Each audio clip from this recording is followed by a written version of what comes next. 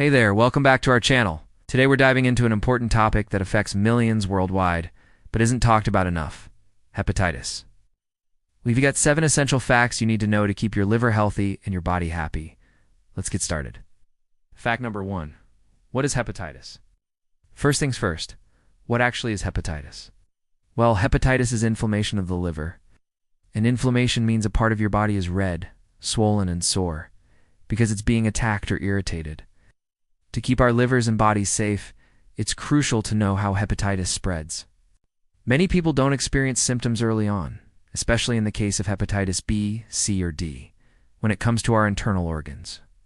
It's hard to imagine anything bad happening to them, let alone something as scary as cancer. Thankfully, there are several steps you can take to prevent certain types of hepatitis. The treatment for hepatitis depends on the type of the condition. Remember, understanding hepatitis is the first step towards protecting your liver and overall health. So take care of yourself and your body, and do unhesitate to reach out to your doctor with any concerns or questions you may have. And if you want to learn more about liver health, stay tuned for more informative videos. Thanks for watching, and see you next time. Hepatitis A and E typically resolve on their own within a few weeks or months, and most people make a full recovery. However, hepatitis B and C require longer-term treatment. For hepatitis B, antiviral medications can help reduce the amount of virus in the body and prevent liver damage. In some cases, treatment can also help prevent the progression of the disease to cirrhosis or liver cancer. Hepatitis B? Highly effective antiviral drugs are available that can cure the infection in more than 90% of cases. Early diagnosis and treatment are important to prevent the development of serious complications from hepatitis. Treatment options are continually evolving and improving, so it's important to work closely with your doctor to find the best course of action for you. Remember, knowledge is power, and taking control of your health today can make all the difference in preventing liver disease tomorrow. Vaccines are available for hepatitis A and B, which are 2 of the most common types of viral hepatitis. The hepatitis A vaccine is recommended for everyone at the age of 2 years old, and the hepatitis B vaccine is recommended for infants as part of the routine childhood vaccination schedule. In addition to vaccination, practicing good hygiene can help prevent the spread of hepatitis A. This includes washing your hands thoroughly with soap and water, especially after using the restroom and before eating. You should also avoid sharing personal items such as toothbrushes and razors. To prevent hepatitis B, C, and D, it's important to avoid sharing needles or other drug-related equipment. If you're a healthcare worker or frequent user of shared needles, you might also want to consider getting tested for hepatitis B and C. Taking these precautions can help keep you and your loved ones safe from hepatitis. Remember, a little prevention goes a long way toward protecting your liver and overall health. But did you know that chronic hepatitis, especially B and C, can increase your risk of developing liver cancer? That's right. Cirrhosis, which is a late stage of scarring of the liver, is strongly associated with an increased risk of developing hepatocellular carcinoma, the most common type of liver cancer. In fact, people with chronic hepatitis B have a 100 to 200 times greater risk of developing liver cancer than those without the infection. Similarly, individuals with chronic hepatitis C have a 25 to 30 times higher risk. But here's the good news. If diagnosed early, the risk of liver cancer can be reduced significantly. So it's important to get tested for hepatitis regularly, especially if you're at high risk. Remember, knowledge is power, and taking care of your liver should be a top priority. However, when symptoms do appear, common signs include fatigue, weakness, and general malaise. Jaundice, which is a yellowing of the skin and whites of the eyes due to a buildup of bilirubin. A yellow substance produced during the breakdown of red blood cells can also be a telltale sign. Other potential symptoms include nausea, vomiting, loss of appetite, dark urine, and abdominal pain, particularly in the right upper quadrant where the liver is located. It's important to note that these symptoms can be vague and mimic other less serious conditions. Therefore, it's essential to seek medical attention if you experience these symptoms, especially if you've been exposed to hepatitis or are at high risk for other reasons. Early diagnosis and treatment can help prevent further liver damage and ensure the best possible outcome. As we mentioned earlier, different types of hepatitis have different modes of transmission. Hepatitis A and E, which are primarily spread through contaminated food and water, are known as enteric or fecal-oral viruses. This means that the virus enters your body through your mouth after you consume contaminated food or drink.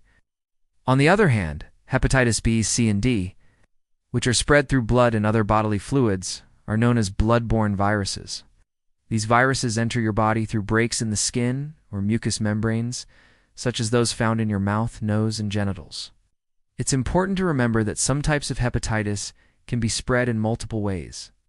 For example, hepatitis B can be transmitted through sexual contact, as well as through sharing needles or getting a tattoo with unsterilized equipment.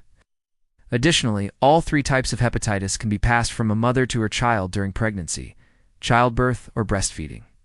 If you're concerned about your risk of contracting hepatitis, talk to your healthcare provider. They can help you assess your risk factors and take appropriate preventive measures. By understanding how hepatitis spreads, you can better protect yourself and others from this potentially harmful condition. Hepatitis A and E are both short-term or acute forms of the condition. They are usually spread through contaminated food and water and tend to run their course in a few weeks or months. While they can cause some serious symptoms, they rarely result in long-term complications. On the other hand, hepatitis B, C, and D are considered chronic or long-term conditions. These types are spread through blood and other bodily fluids, including sexual contact and sharing needles. Unlike A and E, they can stay in your body for years or even decades, leading to more serious liver problems down the road. Hepatitis B can also be passed from a mother to her baby during pregnancy or childbirth. And it's interesting to note that some people can carry hepatitis B for many years without showing any symptoms at all.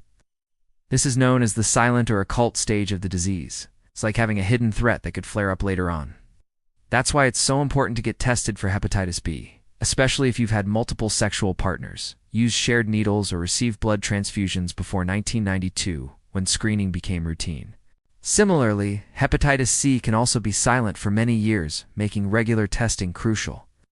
Around 75 to 85% of people infected with hepatitis C develop chronic infection, and most of these cases are caused by sharing needles and other injecting drug use. However, it can also be transmitted through blood transfusions and organ transplants before 1992, as well as from mother to child during birth. It is estimated that approximately 2 to 3 million people in the United States are living with hepatitis C, many of whom are unaware of their infection. Unlike hepatitis A, B, and E, hepatitis D cannot infect a person on its own. It needs a helper in the form of hepatitis B. People who have both hepatitis B and D have a higher risk of developing severe liver disease like cirrhosis, liver failure, and liver cancer. And finally, hepatitis E is similar to hepatitis A in that it's usually transmitted through contaminated food and water. However, unlike hepatitis A, it can cause more severe illness in pregnant women. Overall, each type of hepatitis has its own unique characteristics, so it's important to understand them to protect yourself and others. Usually, this irritation or damage to the liver cells is done by a viral infection. There are 5 main types of viral hepatitis: A, B, C, D, and E. But hepatitis isn't always caused by a virus. It can also be triggered by toxins, alcohol, or autoimmune diseases. Symptoms of hepatitis can range from mild to severe, and the duration can vary too.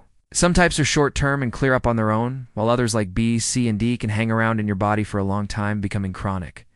Fact number 2, types of hepatitis explained. Now that we know what hepatitis is, let's break down each type. Fact number 3, how does hepatitis spread? Fact number 4, what are the symptoms to watch for? Hepatitis symptoms can vary depending on the type and severity of the condition. Fact number 5, how does hepatitis affect your liver? Fact number 6, how can you prevent hepatitis? Fact number 7, what are the treatment and management options? I hope you've learned something new and important today.